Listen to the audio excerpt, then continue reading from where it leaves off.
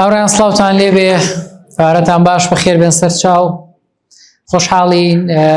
لە چوارچێوەی زنجیرە کوڕەکانی ساڵۆنی فکری ئازاد بوون. ئەم ئێوارەیەمان تەرخان کردو بۆ یەکێک لە پرسە زۆر زۆر گرنگەکان کە بە تێگەیشتین ئەوەی من چەند جارێک لای چەندین بیرمەند و فەیلسوفی جۆرا و جۆر بەرجۆم کەوتووە. ئەمڕۆ میدیا دەسەڵاتی یەکەمە،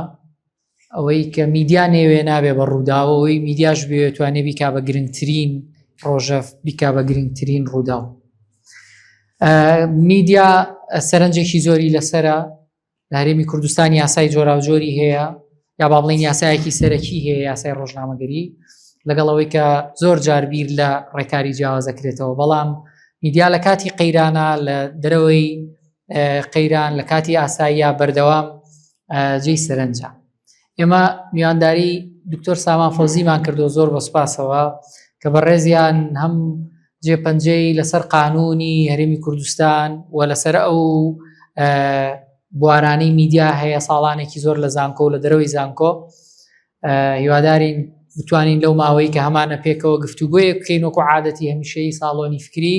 کە ببێ بە سەرچاوەیەکی کە بۆ کەناڵەکانی زانیاری. من بایۆگرافیایەکی دوور و درێژی دکتۆر سامانم هەیە، بەڵام کورتی یەکەمەوە لای هەمووان ناسراوە وڵەدەم لەبەر سوود وەرگرتن لە کاتەکە. ئەوەی کە پێویستەکە بە گشتی یادی هەمووانی بخینەوە، دکتۆرای هەیە لە بواری یاسا و پلەی زانستیەکەی پرۆفیسۆرە، پسپۆرە لە بواری یاسای شارستانی و یاسای ڕاگەیاندن. ماوەی 19 ساڵە مامۆسایی بەشی یاسا لە زانکۆ و ئێستاش بەردەوامە لە مامۆسایەتی، ینی ئەزمونێکی 19 ساڵەیە. مەزگە لە 6 ساڵ خزمەتی لە بواری پەرلەمانی لە پەرلەمانی عێراق و لە لێکۆڵینەوەی دادی و کە بە گشتیە کاتە 25 ساڵ خزمەتکردن لەو بوارە. تۆماری پەرتوکەکانی پێم خۆش بوو سەرنجتان ڕابکێشم. مەسئولیەت الصحافة المدنية عن إخطاء المهنية کە لە ئوردن چاپکراوە 2003. أساءلت استعمال الحق النقد، کە هیوادارم عربیەکە ئەوەنە خراپ نەبێ ناوەکەی تێک بەم، 2009 چاپکراوە. دراسات معمقة في القانون الإعلام، دەستگای چاپ و پەخشی سەردەم چاپی کردو ساڵی 2011. بنەماکانی یاسای ڕاگەیاندن کە زانکۆی گەشەپێدانی مرۆیی ساڵی 2017 چاپی کردووە. مرشیدی قانونی للإعلاميين، ڕێکخراوی نێودەوڵەتی داکۆکی لە میدیا ساڵی 2018 چاپی کردووە. یاسا لە چوارچێوەی عەقڵ و کۆمەڵگا، ئەویشەر سەردەم چاپی کردووە ساڵی 2021. قضايا معاصرة في القانون المدني ساڵی 2021 کتێبخانەی یادگار چاپی کردووە. سیاسة الإعلام وقضايا السلم الاجتماعي، ڕێکخراوی گەشەپێدانی مرۆیی ساڵی 2022 چاپی کردووە. کاکتۆرێمە هەر بەوەنە ئەوەستین دووبارە بە خێراتنە دەکەین. فرسەکەی ئەمڕۆمان ڕاگەیاندن لە سەردەمی جەنگ لە نێوان گواستنەوەی ڕاستی و پاراستنی ئاساییشی نیشتیمانیە، کە لە پاڵەوەی کە خەڵک سپیسێکی زۆری خۆی ئەدا بە میدیا، بەڵام بەردەوام گلەیی هەیە. دکتۆر سامانیش زۆربەی کاتەکانی خۆی لەم چەند ساڵای دوای خزمەتی پەرلەمانتاری بەخشی بە دیبەیت و گفتوگۆ و مقابلە تەلەڤیزۆنیەکان. هەموو کاتێکە دکتۆر سامانە بینین یەکسەر چاوەڕێیەکەی نەقدێکی قانونی، و لە هەمان کاتە زۆر جاریش ئیتیکی و پیشەیانەوە بۆ زۆر باری کاچێ. کاکتۆر کات بۆ جەنابتە، چەندت پێویستە بۆی من یارمەتیت بەم لە تەنزیمی کاتەکان؟ نیو سەعات؟ باشە، نیو سەعات. فەرموو دکتۆر جان. ئێوارەتان باش. زۆر سپاس کاک بابان بۆ ئەو پێشەکە جوانە لەسەر من. هیوادارم لەو ئاستەیە بم کە تۆ باسی کرد. زۆر بە خێراتنی هەموو لایەکتانەکەم. ڕاستە بە ژمارە زۆر نییە، بەڵام بە بەها و بە نەوعیەت ئەجگار کەسانێکی زۆر نەوعی لێرە دانیشتون کە خۆم بە خۆشحاڵ ئەزانم.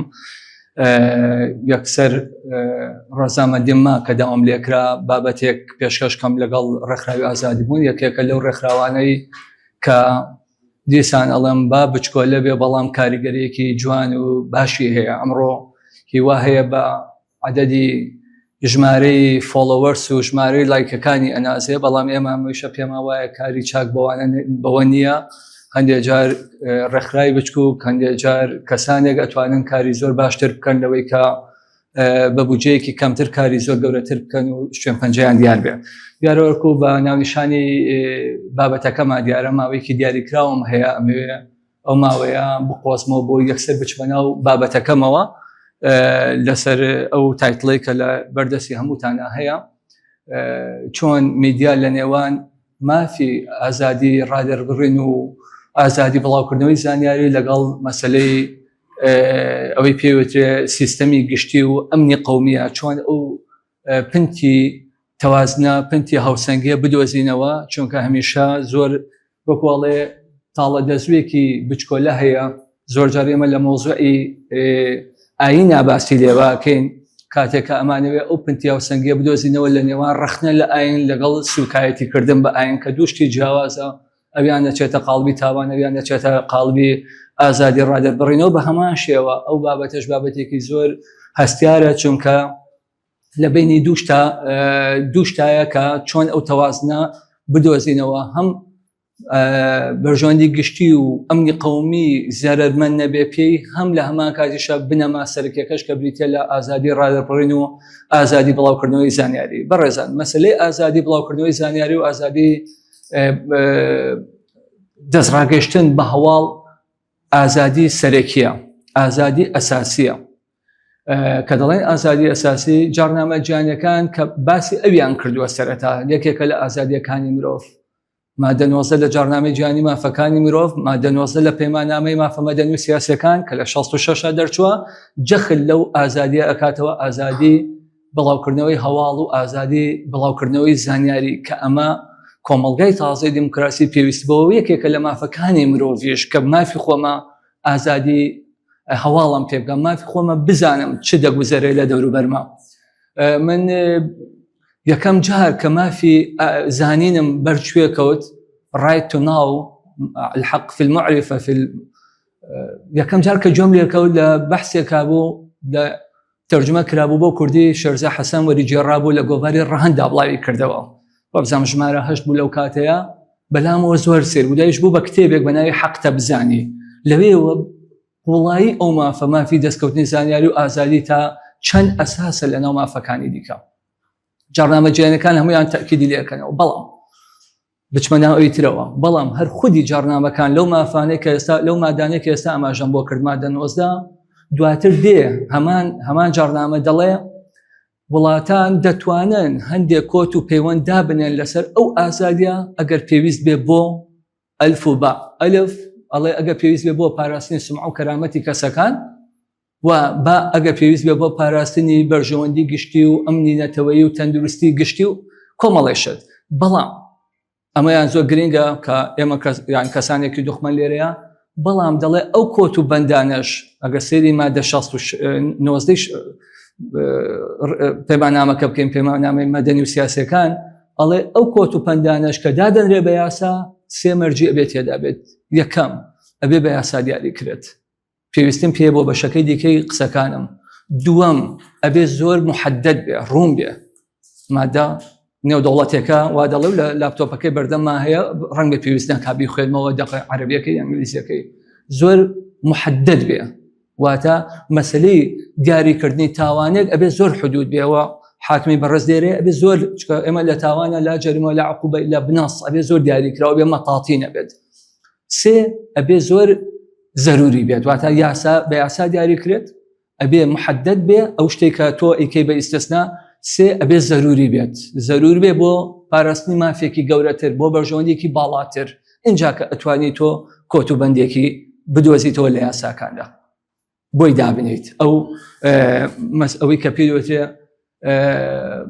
ئازادی ڕادەربڕین اینجا لێرەدا من مەبەستێکم هەبوو کە وتم ئەوەی یەکەمیان ئەسڵە ئەوەی دووەمیان ئیستثنایە کەواتە کۆت و بەندەکە ئیستثنایە سنووردارکردنی ئازادی ڕادەربڕین ئازادی ڕەخنەگرتن بریتیە لە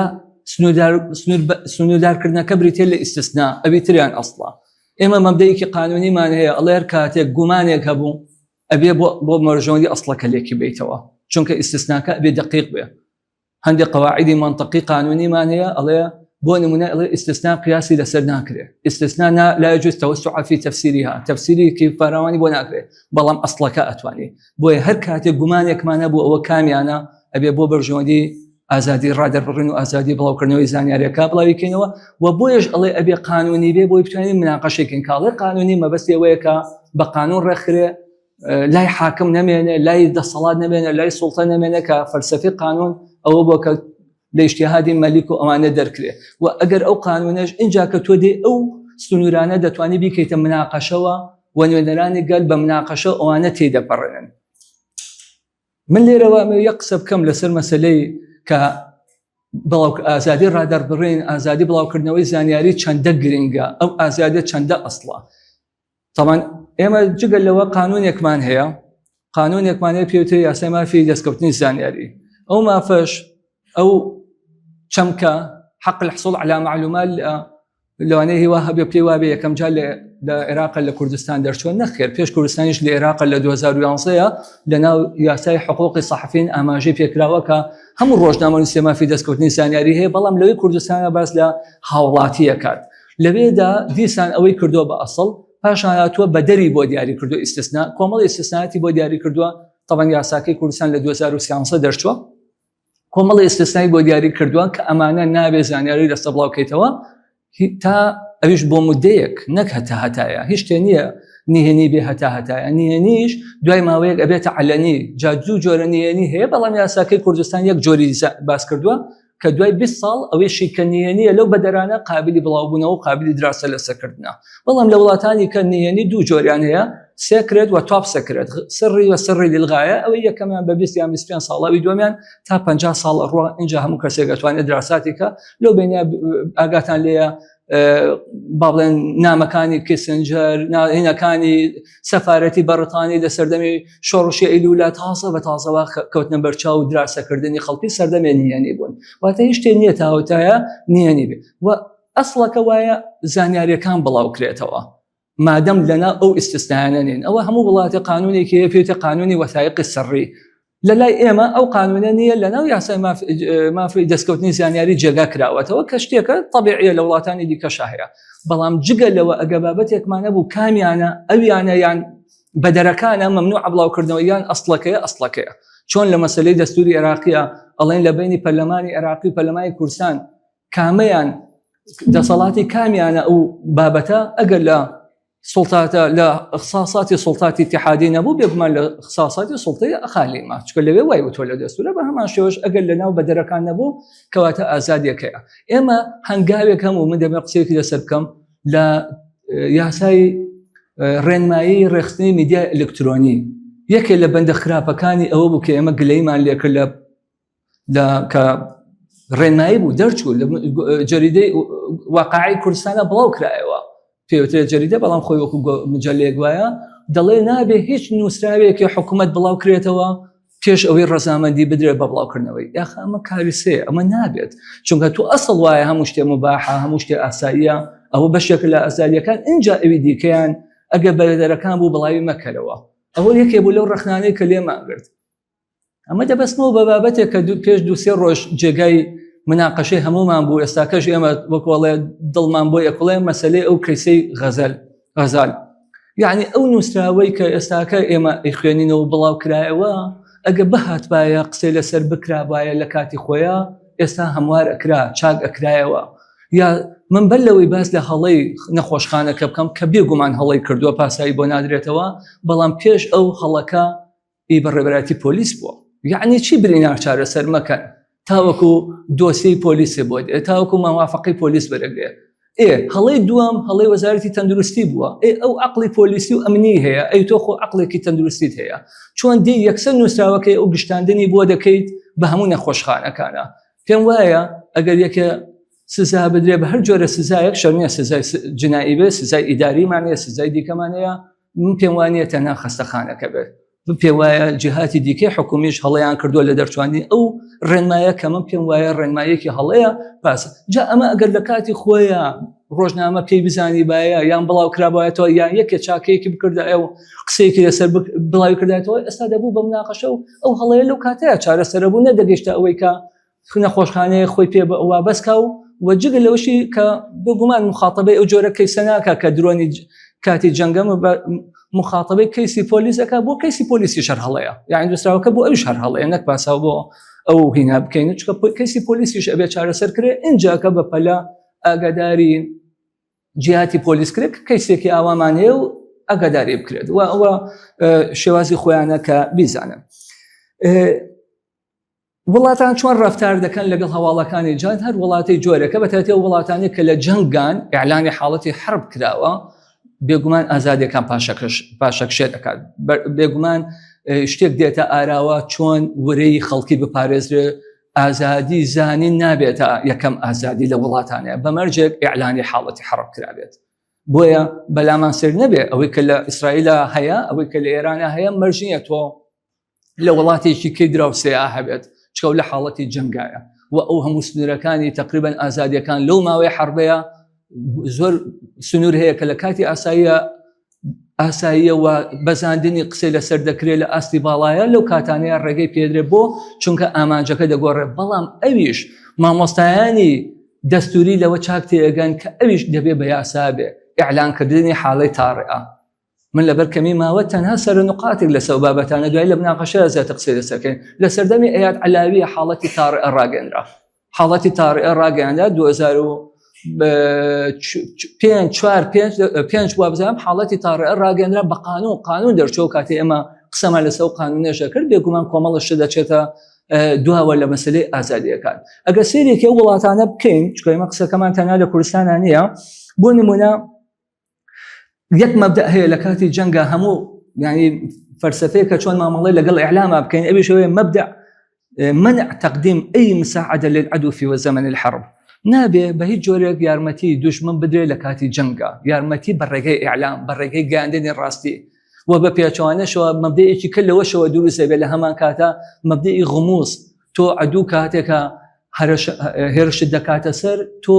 نایەڵێت ئەو دوشمنە ئەو لایەنە بێت هەڵسەنگاندن بۆ هێرشەکانی بکە سوورەیەکی وازەحی نایەتێ مەرج نییە ڕاگەاندن ئاوێنە بێ بۆ ئەوی بزانێت چی ڕوویە لە وڵاتەوە دێ خۆی بگونجێنێ لەگەڵ ئەوەی کە دوێنێ کردوێتی ئەمڕۆ بە جۆرێکی کە بیکەم لەسەر ئەو دوو ئەساسە کۆمەڵێشت ڕوویە کۆمەڵێ هەنگاو نراوە بەتایبەتی لە وڵاتانی کە لە جەنگان بۆ نمونە واتە مەسەلەی ئەو مەبدەئە مەبدەیەک کردێ کە تۆ غموس بۆ ئەوەی نەیەڵی لایەنی بەرامبەر تەحلیل و تەقییمی نەتائیجی لێدان و زەرباتەکانی بکە لەو کاتەیە بۆ نمونە وڵاتان لە سەرەتای جەنگە بەتایبەتی ئەگەر کللتورێکی یاسای بێزیان نەبێ سەرەتا لە چەند ڕۆژی یەکەمی جەنگامە ڕەنگە بۆ هەرێمی خۆشمان ڕاست بێ بە شێوازێکی بەربڵاو ڕێگە بە نەشر ئەدەن بەڵام دوایی بەخۆ ئەکەون هەندێک جۆر نەشر هەندێک جۆر بڵاوکردنەوە قەدەغا ئەکەن بدایەت هەمووی وەکو کاتی پێش جەنگەکە ئەبێت تا خۆیان دێنە سەر وەکوێ ڕچکەی خۆیان بدۆزنەوە پاشادێن هەندێک جۆر بڵاوکردنەوە مەنعەکەن بۆ نمونە بڵاوکردنەوە کە ئەگەر بێت و لە شوێنێکی حساس لە نزیک دام و دەستگایەکی هەستیارا بێت یا ئەمنیا بێت یان پاشان هاتن وتیان شێوازی ئەوەی کە دژە درۆنەکان چۆن ئەیان تەقێنەوە ئەو شێوازانە یان پەخشی ڕاستە و خۆ منعکرێ واتە هاتن نیوە بە نیوە منعی شتەکانیان کرد تۆزێک نسبیەن ئەو مطلقیەتە لە نەشریان کەم کردەوە بۆ نەشرێکی محدد پاشان دێن هەندێک جار بەرەو ئەوەش دەچێت ئەگە وەسعەکە زۆر متەزمتر بێ زۆر قورستر بێ دێن نەشرێک منعێکی زیاتر ئەکەن ئەوەی کە پێوترێ ڕقابەی مسبەق پرێر سەنسەرشیپ واتە پێشوەخت پێشەوەی تۆ هیچ بڵاوکەیتەوە من دەبێت سەیری شتەکانت کەم کە ئەمە تەنانە ئیسرائیلیش نەگەیشتە ئەو حاڵەتە لەوانەیە بەتایبەتی بۆ بڕاستی لە ئەژنەویەکان نەگەیشتە ئەو حاڵەتە ڕەنگە بۆ هەندێک کەناڵی کە پێش ئەوە گەشتێتەوە حاڵەتە بەڵام بۆ ڕاستیلەکانی کەش نەگەیشتە ئەو حاڵەتەی کە بێنە شتەکانت ئەمە بەستەمەیە کە باسیەوە کەم چکە دوایی ئێمە سەر کوردستان کە چیان وت پێش ئەوە سەیری شتەکانێکم بەڵام تا ئاستێکی تون کۆمەڵی شتیان مەمنوع کرد و کۆمەڵی کەسیان سزادا کۆمەڵی کەسیان دەستگیر کرد بۆ نیە پەیامنێری CNN تورک لەوێ گیرا لەبەرەوەی پەخشی ڕاستەخۆی کردبەوە و پیان وا بوو ئەمە مواقعی ئەمنی فشانداوە زەرریاوە و کۆمەڵێک مراسیلی خارجی و داخلیش لە ئەو وڵاتانەی کە لە جەنگان ئەکرات ئەمە جگە لەوانەشی کە بوو شێوازە مامەڵی لەگەڵ ئەسڵی هەواڵ و زانیاریەکەن جگە لەوە وڵاتانێک کە لە جەنگان بەوە ناوەستن قسە لەسەر حەجم و مەنعکەن دێن جاری وایە ڤیدیۆش دروست دەکەن ئەوەی پێوتێ ئیخباری کاذب و مەزەڵیدەش دروست دەکەن بۆ مەسڵەتی خۆیان و ئەو وڵاتانێک کە لە جەنگان دروستیان کردو و سەحافە بەتوانە و بەناوبانگەکانی دنیا هەندێک لەو هەواڵە ڕستنیانەیان کەشف کرد کە ڕاست نییە با بەڕەسمی بڵاوکرێبێتەوە بەڵام ڕاست نییە هۆکاری خۆی هەیە لەسەر بڵاوکردنەوەیان. چەند شتێک بۆ نمونە لە ئیسرائیل مەنعکرا منع بەث المباشر ئەوە پێشەوەی ئێمە دەستی پێ بکەین پەخشی ڕاستەوخۆ بەتایەتی لە کاتی لێدانی ئینزارە نابێت شاریش ئاسمانی شارش پیشاندرێت لە دوای لێدانی ئینزار پەخشی ڕاستەوخۆ. بۆ نمونە تەسویر ئیعتراض سەواریخ لە کاتی ساڕوغەکەی کە هەڵیەدا بۆ تێکشکانی ساڕوغی بەرامبەر ئەوەشیان مەنع کرد بۆ چونکە بۆی لایەنی بەرامبەر بە جۆرێک کە دراسەی نەکا یعنی تەطویرێکی پێ نەدا ئەو وابکە سەواڕغی وڵاتە نەتوانێت بەری کەوێت احترازی بکواتە بیتەقێنێتەوە ئەوەشیان ممنوع کرد. پاشان تصوير مواقع السقوط قرب مواقع الحساسة ئەوەش منعکرا ئەو شوێنانەی کە تیای کەوتە ناڵێن لەناو گەڕەکی سیڤڵ و هەوڵاتی لە شوێنی حساسیان نزیکی لە شوێنی حساس. پاشان نشر معلومات عن خطط وحركات العسكرية ومنظومة الدفاع بهمان شێوە ئەوانش مامەڵەیەکی توندیان لەگەڵا کرد کە دەڵێن ئیسرائیل بێگومان ئێران بە هەمان شێوەیە دەوانێت لە هەندێک ڕۆ تونتریش ببێ لەو بابەتە. لە کوردستانە چۆن بوو؟ لە کوردستان سەرەتا کە شەڕ لە بینێ و دوڵاتەیە دەستی پێکرد و کوردستان کەوتە بینەوە و نەکرد درۆن و موشک بە هەڵە کەوتە خوارەوە لە کوردستان بە ئەنقەس لە کوردستان درا هەموو لایەک ئەزانین کوردستان لە کوردستانەدرا بە بیانووی ئەوەی ئەوە بۆ بیانووی کە لە وڵاتانی خەلیجێشا بە هەمان شێوە و بیانوە دۆزرایەوە کە ئەوە مەواقعەکە معارضی ئێمەنی یاخۆت هێزی ئەمریکی تایە یاخۆ لەو بۆ پاساوانە لە کوردستانیشە واتە کوردستان بە جۆرێ لە جۆرەکان ناڵێن ڕاستەوخۆ بەڵام لە بینی ڕاستەوخۆ ناڕاستەوخۆیە بە جۆرێ لە جۆرەکان بەرپریشکی ئەو شەڕەکەوت بە ڕاستەوخۆ بەری کەوت و بە ناڕاستەوخۆشان دێجار بەری دەکەوت. ئیعلامی هەرێمی کوردستان لە هەفتەی یەکەمە هەڵی گەورەیان کرد لە پەخشی ڕاستەوخۆیە بینیمان پەخشی ڕاستەوخۆ بە تایبەتی ئەوەی لای تایتانیکەوە وەلو چەند وەبزانم هەفتەیە دە ڕۆژێ تێپەڕێ بوو لە باسکردنی شوێنی کەوتنە خوارەوەی بە تایبەتی ئەگەر نزیکی بنکە ئەمنیەکان و هێزەکانی پێشمەرگە بووایە ئەوانەی لە فەرماندەی ئەوانە باسی لێوە کراوە شێوازەکانی و پاشان ئاسمانەکە پیشان ئەدرا بە ڕاستەوخۆ یعنی کۆمەڵێشت ڕاستەوخۆی درۆنەکان پیشان ئەدرا. بێگومان ئێمە لە بینی دوو حاڵەتین. یەکەم پێشان نەدانی ئەوانە بەڵام تازە ڕوویداوە لە وڵاتەکەتایە خەڵک ئەیبینێ لە ئاسمانەکەیە درۆنێک وا لە ئاسمانە ڕووناکێک لە ئاسمانەکەیە گرمێک لە گەڕەکەکەمە هاتووە ناکرێ نەزانم ئیعلامیش بۆم بڵاو نەکاتەوە سایتی ئاوا هەیە بێخاوەنە بڵاوی دەکەنەوە فەیسبوک هەیە نازانی ناوەکە چیە بڵاوی دەکاتەوە ئەو کاتە تۆزێکیشی پێوانێ بۆشی زیاکە. ئەمە یەک. دوو لە غیابی ئەو بڵاو نەکردنەوەیە کاندێجا پێم ئەڵێ بڵاوی نەکەمەوە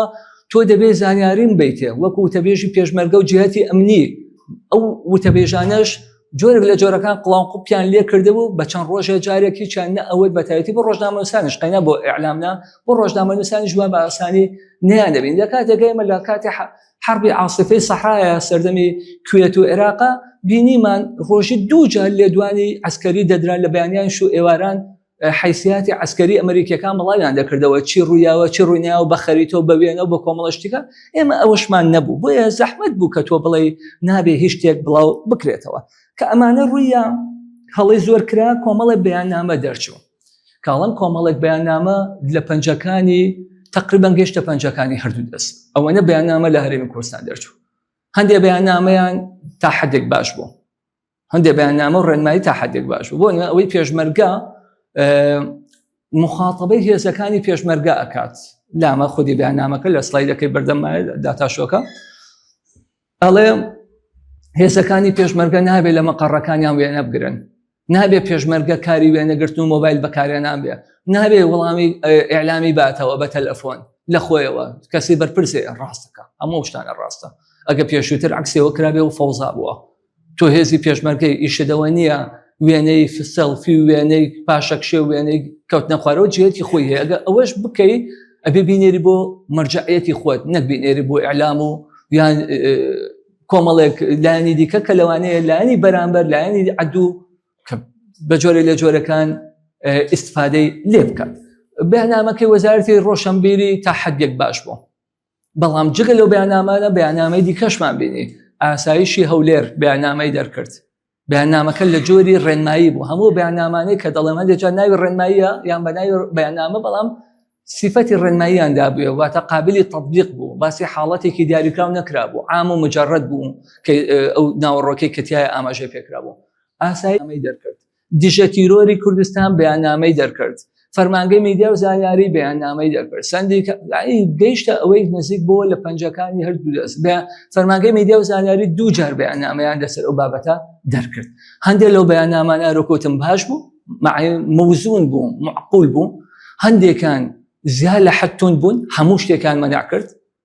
هەموو شتێکان مەنع کرد یعنی وای لێ هات بڵێ ئیلا کە هاوڵاتیەک ئەگەر وێنە بگرێت بۆی نییە بیا بە میدیا بۆی هەیە بیا بۆ دوو ڕقەمیان بڵاو کردبەوە و ئەو دوو ڕقەمەش اینجا کە بڕیار ئەدان چی بڵاو کرێتەوە چی بڵاو نەکرێتەوە واتە وەکو سەردەمی زوو تۆ بۆ نییە هیچ بڵاوکەیتەوە تا من نەیبین و اینجا ئۆکەی ئەدەمێ کە ئەمەش حاڵەتێکە زۆر توندە کە هەندێک جار وڵاتان لە خۆی لە جەنگی شابێت تەڕەفێ بێ لە جەنگ ناتوانێت ئەمە تەطبیقکە و سزاشی دیاری کردبوو بۆ هاوڵاتیەک کە ئەگەر بێت و لە سەربانەیەکەوە گرتەیەکی ڤیدیۆی گرتی بێ و بیدا بە ڕاگەاندنێک ئەوە جگە لەو سزای ڕاگەاندنەکەش کە لەناو بەیاننامەکەیە ئاماژەی پێکراوە بەڵام ئێتر ئەمە چی کرد ئەو بەیاننامانە طبعا هەندێک لەو بەیاننامانە لە جیهاتێکەوە دەرچوون کە پسپۆر نەبوون بە خێرایی قسەکانەکەم بۆ نمونە فەرمانگە دەخولەت باشە بۆ نمونە فەرمانگەی میدیا و زانیاری من ئەو کاتە کە بەیاننامەی دەرکرد هەندێک میدیاکان چوونە ژێر ئەو باری هەندێکیان لە راپۆرتەکانی ئەیانوە دۆکو ئەوەی کە فەرمانگەی میدیا و زانیاری وتوێتی بەڵام من دەرکم بۆ کرد فەرمانگەی میدیا و زانیاری جێتێکی پسپۆر نییە بۆ ئەوەی کە ئەوە دیاریکە چی ئەنجام بدرێ و چی ئەنجام نەدرێت جێتی کەمان هەیە بۆ ئەمە بەستە پسپۆر وەزارەتی ڕۆشنبیریمان هەیە دەکرێت تا حدێک بەڵام ئەو فەرمانگەی میدیا و زانیاری ناوەکەی لەگەڵ خۆیەتی ئەرکی ئەوەیە زانیاریەکانی حکومەت بە خەڵک بێنێ پرۆژەکانی خەڵک بە خەڵک بناسێنێ حکومەت جوانکە مؤتەمەراتی سەحەفی ڕێخە و بێگومان هیچ قانونێکی تایبەتیشی بۆ نییە واتە وەکو بەشێکی ڕاگەاندن وایە بەشێکی ئەعلامی وایە کە لە هەر وەزارەتێکە هەیە بەڵام لەوێ گەورەتر کراوەتەوە بۆتە فەرمانگەی زانیاری بەڵام تۆ نابێ بۆ منی دیاریکەی سنوورەکانم چەنە چونکە تۆ دەسەڵاتی دووەمی میدیا دەسەڵاتی چوارەمە ئەگەر چی کاک بابان کردی بە دەسەڵاتی یەکەمیش دەستی خۆش بێن دەجار مەجازان لە بە گرنگەکەی واشی پێوترێ دەسەڵاتی چوارەمە تۆ سنوور بۆ من دیاری ناکەی ئەگە سنوور هەبێ بۆ منی دیاریکە پەرلەمانە و نوێنەرانی خەڵکن کە خەڵک خۆیان متمانیان بۆ کەسانە کردو ئەوان بۆمان دیاریەکەن چونکە ئەگەر بۆ ئەوی بەجێبیاڵی وەکو وایە بڵێ ئادێ وەرە وەزارەتی ناوخۆ قانونی مزاهراتم بۆ دابنێ ئاخوا بێ ڕێگا بە مزاهرات بە نەخ لە هەمان کاتە بە ڕێکخراوێکی مەدەنی بڵێ وەرە قانونی مزاهرات دابنێ هەر ڕێگە بە ئیجازەش نایە کەواتە تۆ دەبێت جێتێکی کە هەیە وەسەڵتیە ئەم شتانە و سنوورانە دیاریکە لە جارنامە جیهانەکانیش ئاماژە بەوە ئەدا کاتێک کە دەڵێ بە یاسا مەبەستی یاسای فەرعی نییە ئەو یاسا و ڕێنمایی لە حکومەت دەرەچێت مەبەستی ئەو یاسایە کە پەرلەمان دەرێکات چونکە پەرلەمان یان دەوڵەت و بەرژەوەندی دەوڵەت گەورەترە لە بەرژەوەندی حکومەت ئەمە وای کرد طبعا ئەو بەیاننامانە ئەوە نەتوون بۆ هەندێکیان گەشتە ئاستی ڕقابەی مسبەق کە ئەمە زۆر خەتەرە کە هیچ شتێ جایز نەبێتەنا ئەو کاتانە نەبێ من ئەمە ڕێگات پێدەم ئەگەر لەوانەیە لەبەر کەمی کات بێ دەنا یەکێ لەو بەیاننامانەم ئەخوێنەوە کە ئەمە وای کرد کە جۆرێک لە ترسی بڵاو کردەوە لە ناو ڕاگەاندنکارانە جۆرێک لە ترسی بڵاو کردەوە لە ناو ڕاگەاندنکاران بوون بە سێ جۆر یەکەم جۆرێکیان دوای مەهەوەیەک لەو بەیاننامانە وتیان ئێمە ئیتر هەواڵی جەنگ بڵاو ناکەینەوە ئەوە لامە ئەو ڕاگەاندانەی کە بەیاننامەکەیان بۆ جۆران نووسیوە بۆ نمونە یەکێک لەو بەیاننامانە ئەڵێ چی یەکەم هەر کەسێک ڤیدیۆی کەوتن و ئەمە 12 ئادار بڵاو کراوەتەوە 12 هەر کەسێک ڤیدیۆی کەوتن یا ئاراستەکردنی درۆن بگرێت با تەنها بۆ ژمارانەی لە خوارەوە ئاماژیان پێدراوە بنێرێت چونکە بە هەموو شێوازە قەدەغەیە بدرێتە میدیاکان یان نەیوتووە ئەگەر لە شوێنی حساسە بێ یان لای نزیکی پێشمەرگە بێ هەر بە هەموو شێوازە قەدەغی کرد یان لە پێیج و هەژماری کەسی بڵاو بکاتەوە بە پێچەوانەوە سەرپێشکار ڕوبەڕووی لە پرسیەوە دەبێتەوە دووەم نزیکبوونەوە لەو شوێنانەی کراوەتە ئامان ژیان وێنەگرتن بڵاوکردنەوەی دیمەنەکان بە هەموو شێوازە قەدەغەیە تۆزێ معقولەتی تایە بۆی درۆنی دووەم لینەیە سێەم دەستگاکانی ڕاگەاندن دەبێت بۆ پەڕی بەرپرسایەتەوە مامەڵە بکەن و شوێنی ڕووداوەکان ئاشکران نەکەن هەر کەناڵی پابەند نەبێت ڕێکاری یاسایی توندی لە بەرامبەر دەگیرێتە بەر طبعا ئەوە وای کرد میدیاکان هەندێکیان زوو بەیاننامەیان بڵاو کردەوە وتیان ئێمە ئیتر هەواڵی جەنگ بڵاو ناکەینەوە پێویستی بە ناوێنان بوو کۆمەڵێک ئەتوانین ناویان بێنێت لەو پێی جوشتانە مۆجە و نازام چی بڵاوی ئەو شتیان بڵاو کردەوە بۆ ڕەنگە ترسامان وەکو کەسی بادینانیان لێ بێت و بە پاساوی پێچوان مخالەفەکردنی ئەمنی قەومی و سیستەمی گەشتی تر کەسێکیان دش بجوڵێنرێ. هەندێکی دیکەیان هاواریان لێ بەرز بۆەوە وەکو 1964 ئەوانە وتیان کاکە کاتێک کە تۆ منعی من دەکەی لە ڤیدیۆ و منعی من دەکەی لە هەواڵ وەڵاوکردنەوە لەکوێ کەوتووە هیچ نەبێ وتەبێژەکەت بابێتە سەرخات زانیاری ماباتێ بۆی زانیاریەکانی وتەبێژەکە و بڵاوکەینەوە چکە ئەوە شکان نەبووە و جۆری سێمی ڕاگەیاندەکان لەو ڕاگەیاندانە بوو کە باکیان بۆ بەیاننامانە نەبوو لە یەکەم ڕۆژە چۆن کاریان کرد بە هەمان شێوازە کاریان کرد و بەبێ کەسیش محاسەبەیان بکات. ئەگەر سێرێکی تەوان لە ئێمە چێ سزادرا ئەوەنەی کە من لە زانیاری منابێ بەس کەناڵی جەزیرە لەبەر پەخشی ڕاستەوخۆی کردبەوە لە کاتی کەوتنە خوارەوەی درۆنە بەس ئەو بۆ ماوەی 2 هەفتە منعی بەسیان لێ کرد بەس ئەو سزایمانە بوو. ئەگەر سێری عێراقکەین بە خێرایی پێم وایە تر لەوانێ 5-6 دقیقەکە مابێت کەمتریش سێری عێراقکەین عێراق بەڕێزان هەیەی ساڵات و ئیعلامی هەیە. ئەو هەیئەتە دەستەی ڕاگەیان و پەیوەندیەکان ئەم دەستەیەکی سەربەخۆیە لە سەردەمی بریمەر دروست بووە لە شوێنی وەزارەتی ئیعلامە ناوخراپەکەی محەممەد سەعید سەحافە هاتن چیان کرد فەرسەفەی تازەی عێراق ئیعلام نابێت لای حکوومەت بێ ئەوەی کە ئیشرافی ئیعلامەکە دەبێت لای دەستەیەکی سەربەخۆ بێت. لە مەسەر پێوتێ مەجلس الإعلام للصحافة لە عێراق پێوتێ هەیەت الإعلام والإرسالات بە بڕیاری 65 و 66 هەیەتی ئیعلام والإرسالات و لەگەڵ شبکەی ئیعلامی عێراقی پێ بوو. شبکەی ئیعلامی عێراقی بۆ ئیعلامی حکومیە ئەوی دیکەیان بۆ سەرپەرشتیکردنی کۆی ئیعلامە. ئەم هەیئەتە مراقەبە ئەکات ڕەسمی هەیە کەسانێکی هەیە کارمەندن ڕەسمی ئیعلامەکەن لەکوێ هەڵەیان بینی ئەهگاداری لیژنەی ئیجتیماعەکەن لیژنەی گوێگرتن سزای کەناڵەکان دەدەن. دوو جۆرە سزاتان بۆ بازەکەم کە لە عێراق لە کاتی ئەو جەنگەیە ڕوویە. یەکەم سزادانی کەناڵی جەزیرەی عەرەبیە لەبەرەوەی هەندێک زانیاری بڵاو کردبەوە لەسەر قەسفی معسکەری حەبانیە لە ئەمبار لە 26 هەواڵەکەی بڵاو کردەوە لە 29 دوای 3 ڕۆژ سزادرا لەگەڵ سزادانی ئیعلامێکی بەناوبانگ هەیە ئەحمەدی مەلا تەڵال لە کەناڵی UTV بە هەمان شێوە لەبەر ئەوەی ئەویش لە 15 هەندێک ڤیدیۆیەکی بڵاو کردەوە یان لە کاتی بەرنامجەکەیە هەندێک قسەی کرد ئێستا پێتان وڵام قسەکان چییە لە حەبەی سێ دوای 2 ڕۆژ یەکسەر سزادرا. بەڵام سزاکان سزای جنایی نین سزای حەبس نین سزاکان دیاریکراون بۆ ئەحمەدی مەلا تەڵال و کەناڵەکەی وا سزاکە چی بێت ئەو سزایە درا یەکەم ڕاستکردنەوە خۆگونجاندن لەگەڵ سیاسەتی فەرمی عێراق ڕاستکردنەوە ئەوەی کە کەناڵی جەزیرە کردبی چی بوو بەیتهامی چی کرا تەضلیل الرأی العام والإساءة إلى مؤسسات الدولة تەضلیل واتە بەهەڵەبردن یان چاواشەکاری ڕای گشتی و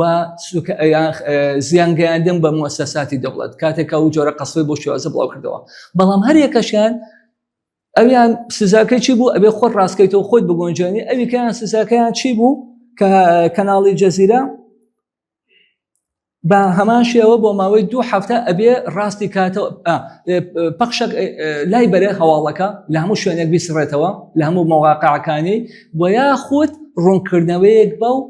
ڕاستی کاتەوە یعنی ئەگەر لاشینەیە یعنی ئەمانە سزان بەڵام هیچ نەبێ فەرسەفەی سزا وایە یەکەم بە تۆ دەڵم کەسێک هەیە متابعە دەکا هەڵەی کە نەکەی دووەم بە ئیعلامی کە ئەڵێم ئەها یەکێکم عقوبەدا تۆ ژووریا بە پێ نەدەی ئەوەیە فەرسەفەی سزا شەر نییە سزا ئیلا ئەوە بێ کە کەناڵەکە و داخەم کە 2 هەفتە دایەخەم نا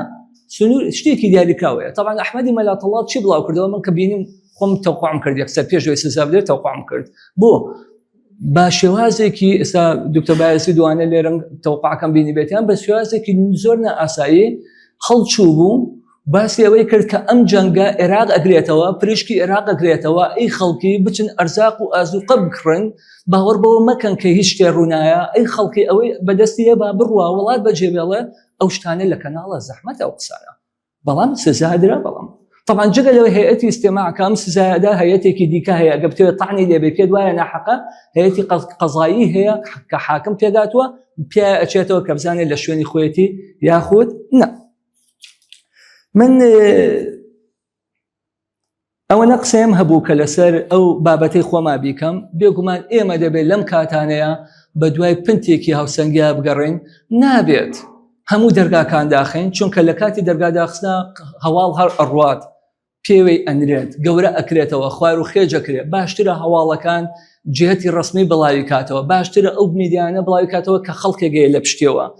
نێڵی ئەوان بڵاوی کاتۆ میدیا بترسێنی میدیای دیکە بڵاوی کاتەوە کە دیار نییە چێ خۆتان دەزان ئێستا دوو جۆرە میدیای سێبەرەیە میدیای سێبەر هەیە دیارە چێ ئیشیتیاکە بەڵام بەخۆی ناڵێ حزبی میدیایەکی دیکە هەیە هەناسان چی ئیشیتیاکە بەڵام پێیجیشە و بەڵام کاریگەریشی هەیە و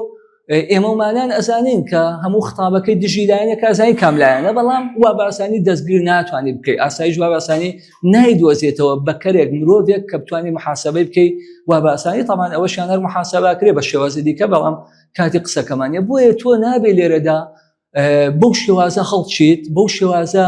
هەرچی شتێکە منعیکەی چکە زیانی گەورەترە بێت لە هەمان کاتیشە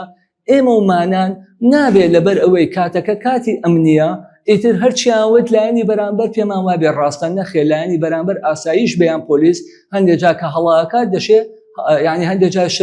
حرەکاکە دەشێ هەڵە بکە ئەو هەڵەیە دەکرێت قسەی لەسەر بکرێ ئێمەمانان قسەمان لەسەری کرد من نمونەیەکی ڕۆژنامەی ئەهلیتان بۆ باز دەکەم کات خۆی لەسەر شەڕی داعشە بەیاننامەیەک دەرچوو لە لای ڕۆژنامەکانی هاوڵاتی و ئاوێنە و ئەوانە ئەڵێ ئێمە زۆر هەڵە و کەم و کوڕی هێزی پێشمەرگا هەستی پێەکەین بەڵام طبعاً سەروبەندی شەڕەکە ڕوویا بوو بەڵام ئەو قسانەمان ئەو ڕەخنانەمان ئەو زانیاریانەمان هەڵەگرین بۆ کاتێکی گونجاوتر بۆ ئەوی نەبێتەوەی لاوازکردنی هێزی پێشمەرگا ئەو سەرپێچە زەقانەی کە لە ڕابردووە بینیمان ئەوە بوون هەندێک کەناڵ سزا بدرێن نەدران بۆ نمونە بڵاوکردنەوەی ترس و دڵە ڕاوکێ بۆ نمونە هەندێک کەناڵە بۆ مەساحەی ڕووماڵی شەڕەکانی زۆر زیاد کرد بە مۆزیقای ترسێنەرەوە ڕاستە بینەرت هەیە بەڵامانێوانەیە کە بینەرت هەبوو ئیتر ئەمە تۆ ڕاست بێ هەندێک کەناڵە بوو گوێی بە هیچێکی لەو بەیانامانە نەدا لە بڵاوکردنەوەی شوێنی کەوتنە خوارە و باسکردنی ئەمە چەند دوورە و چۆن بەڵام ئەوشمان نەبینی بۆیە ئێمە گرنگە دەرس لەوە ڕاگرین ئەگەر ئێمە دەمانەوێت قانونێکمان هەبێ ئەبێ بەسەر هەمووانە جێبەجێ بن نەوەکو میدیای گەورە نەگرێتەوە ماسی گەورە نەگرێتەوە بەڵام ماسیە بچووکەکە تۆڕەکە بیانگرێتەوە کە ئەمە عکسی منطقە و سپاسانەکەم زۆر سپاس کاک دکتۆرجان بۆی زۆر بە پوختی بەسەر زۆر شوێنی گرنگی ناو یاسا و ئیتیک و ڕێپێدرا و قەدەغەکراوەکان و لە هەمان کاتا دەستێکی دقیق و وردیشت ڕاکێشا بۆ مەسەلەی غیابی دام و دەستگایی ئێمە کاتە جەنگەکە لە ئێرانە ڕۆماڵی یا با بڵێن حزوری دام و دەستگای عسکەری ئێرانی ئەبینین ئەمریکی ئەبینین ئیسرائیلی ئەبینین هەموو بەیان نامانە ئەبینین کاتێک چۆن احتیمام بەڕای گشتی خۆیانێن زۆر سپاس هاوڕیانی عزیز کات بۆ ئێوەیە من ناوەکان کۆ ئەەکەمەوانێ و یەکی سێ خولەک زۆر بە سپاسەوە سەرنج بێ یاخود ئەگەر پرسیار بێ ڕاستەی دکتۆر سامان بکرێ من دەست بە نووسینی ناوە پێشەکەی دەستخۆشی لە ڕێکخراوی ئازادبوونەوە دەستخۆشی لە بای بەڕێز دکتۆر سامان دەکەم دەمان سەمینارەکە زۆر بە کەڵک و بەسوود بوو بەڵام لێرە چەند شتێکە یەکەمیان دکتۆر باسی ئەعلام اتصالات کرد ئەو بۆ خۆیەکێکە لە نەو دەستەی سەر بەخۆی لە عێراق دەستوری عێراقێک لەوانە ئەو دەستەیە کە ئێستا سابت دوات چەند لە زمانی بریمەریشەوە دانراوە بەڵام پێم وایە ئەو گەڕە لاوژەی میدیایەکەوە لە کوردستان هەیە بۆ ئەوەیەکەوە سەرچاوەیەکی سەرەکی منە وەکو بڵێن حکومەت تەلەڤیزیۆنێکی هەبێ تەلەڤیزیۆنێکی هەبێ ئەو هەواڵەکان بڵاو کاتەوە خەڵک گوێ لێبێ نەک هەر میدیای بڵین ئێستا لەوانەیە میدیای ئێرە بڵین لێرە لەوانەیە میدیای لێرە نوعێک بێ گەڕێکی ئەولاش بە نوعیچکە بێ ئەوەش نازانی ئایا کام ناڕازەکات چکە لەوانەیە هەر لایە بۆ بەرژەوەندی خۆی بەڵام ئەگەر بڵین وەکو بڵین دەستەی سەربەخۆی ئیتساڵاتی کوردستانیشمانە بێت بڵین لە هەولێر ئایدی سەربەخۆ بێ ئایدی بێ ئەو شتەکان دەرکات و خەڵک زیاتر باوەڕی بۆ دەبێت نەک بڵین لێرە میدیاک و لێوێ میدیاک دەریکات هەروە بەداخەوە ئێستا و حکومەتە چەند ساڵێت تەلەڤیزیۆنێکمان نییە کە تەلەڤیزیۆنەکە بێ بۆ خۆی ڤیدیۆەکان و وەڵامەکان بە بڵین بە دەنگ و ڕنگ بڵاو کاتەوە لەوانەیە خەڵک زیاتر ئەوە بێ نەک بڵێن میدیایەکی سێبەریا میدیایەک ئەو شتانە بڵاو کاتەوە و بەداخەوە پێویستە ینی میدیاش لە کوردستاندا وای بە جۆرێک بێت کە خەڵکنی بڕوای بە میدیا بە تەلەڤیزیۆنێکی حکومی بێ هەر ئەو سەرچاوەیەکە ئەو هەڵ بڵاو دەکاتەوە لەوانەیە ئەو وەختە وەزعمان باشتر بێت و هەچەندکەوە میدیا زۆر تەسیری هەیە وەختی خۆی وازم لە پەنجاکان بووە BBC بۆ ئینقلاب بۆی کاوە مصدق لابن ئیشارەتەکان چ بووە کە موزیعەکەی BBC دوو جار بکۆکە یاین دەست پێ بکەن ئەو بڵین مصدق لابن ئەوەش ینی میدیا دەوریی گرنگی زۆر گەورەی هەیە بەڵام بەداخەوە لە کوردستان تا ئێستا ڕێک نەخراوە کە ڕێک بخرێ من پێم وایە ئەو گەڕە لاوژە نامێنێ ئەوەی کابرای تەیتانیک لێ پامنێرەکە لێ بوو تیوەڵا 15 متر لەو لای داوە دوای بۆزم دوای چارەجی دەدەقە بوو یەکسەر درۆنەکە لە عینی شوێنی دایەوە ینی بەداخەوە ئێستا ئینسان ینی تاچی کورد پێویستە وای ئەلامیشمانە بێ ینی زۆر شتەیەکەوە جاری وا شتێ نابێ بڵێن نەک بڵێن میدیاک وەڵا بڵێ من پێشبڕکێم کرد و سەبقی ئەلامی پێ دەڵم ئەوم بڵاو کردەوە خۆی بکە بە پاڵاوان و دوازەرت بە ئەوکە بگەێنە و زۆر سوپاس بەلای خۆی گەورە و میهرەبان محەممەد ڕەسوڵ چالاکوانی مەدەنی دەستخۆشی بۆ ڕێکخراوی ئازاد بوون بۆ کۆڕەکانی دەستان خۆش بێت بە خێراتین جەنابی دکتۆرەکەم سپاس بۆ ڕوونکردنەوە زانستی و ئەکادیمیەکەی ڕێزان ئێمە شتێک هەیە کە گرنگە پێویستەکە ئەویش ئەوەیە ئەم فەوزایە لە ئەعلام پێویست ناکە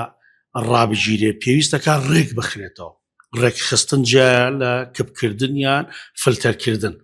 ئەمە یەکەم دووهەم دکتۆر زیاتر باسی ئەم هەڵا ئیعلامیای کرد لەسەر سلێمانی و هەولێر کە لە شەڕی ئیسرائیل و ئێرانە هەبوو بەڵام باسی ئەو فەوزای ئیعلامی نەکرد لە ئابووری کە زیانی بە ئابووری سلێمانی گیاندو یعنی ئێمە ئێستا یەکێک بڵاو بۆتەوە ئەڵێ ئەمڕۆ دۆلار بەوەنەیە ئەمڕۆ ئاڵتون بەوەنەیە ئەمڕۆ زیو بەوەنەیە کاتێکە زانی بڕۆ پرسیار بکە ئەمڕۆ زیانی نزیکەی 30 بۆ 40 بۆ 50 دەفتەر لە بازاری دۆلارەکە ئەدا چێ ئەمە ڕاگرێ ئەمە زۆر گرنگە دووهەم دکتۆر ئەگەر باسیەوەی کردا لەبەرەوەی هەرێمی کوردستان لە ناو ستراتیژی سیستەمی ستراتیژی خێڵە ئاخولێتەوە نەک لە ناو ستراتیژی بنەمای دەوڵەتداری چکاگەر بنەمای دەوڵەتداری هەبێ میدیایکی نیشتیمانی دەبێ وەکو چۆن لە وڵاتی ئەڵمانیا کەناڵێکی فەرمی هەیە DWCC1 دووە شتێکی وای ناوە پێم وابێ هەموو هەواڵە ئیعلامیە فەرمیەکان لەوێ بڵاوەکرێتەوە هەموو ئەڵمان سەیرەکە بۆ ئێمە نەتوانین ئەمە دروست بکەین ئێستا چەند حیزبمان هەیە ئەوە نیعلاممان هەیە جاشتێکی تریشان دروست کردو حیزبەکان ئێستا ئەوەنە کەشناسیشمان هەیە یەکێگەڵێ بەیانی بارانە بچۆ بۆ سەیران نەچێگەڵە بەیانی مەچۆ بۆ سەیران ئەم فەوزایە لە ئیعلام ئەگە چۆن ڕائگیرێ پێویستمان بەوەی پرۆپۆزەڵێک ئامادە بکرێ لەلایەن زانکۆکانەوە لەلایەن کەسە ئەکادیمیەکانەوە چونکە ناکرێ بۆ نمونە ئێمە خوێندکارمان هەیە لە زانکۆ حەزەکەی ناوەکەی تانێمێ لە کەناڵەکە وازی لە زانکۆ هێناوە لە مەرحەلە 3 بووە وازیەنەوە بۆ بڕاگەاندن کاتی ئیدنانەکە لەوەیە ئاین تۆ سەیریکە ینی ئەمە چۆن ڕائگیرێ بۆیە پێویستمان بەوەیە هەموو نوخبە ڕۆشنبیرەکان مامۆستایانی زانکۆ و هەموو ناوەندە ئەکادیمیەکان ئەبێ وەزارەتی ناوخۆ ڕێنمایی دەرکان نەک کابرایەک مەلا ڕێنمایی دەرەکە آخر باشە مەلا چه پەیوەندێکی بە ڕێنمایی ئەم ئیعلامەوە هەیە یەکێکی تر لەو کە بابەتانە کە دکتۆر پێویست بۆ ئاماژەی پێبە یەکێک لە کەناڵەکان ئەفسەرێکی بەرگری و فریاکەوتن طبعاً ئێستا ئەفلیجە لەسەر جێکەوتووە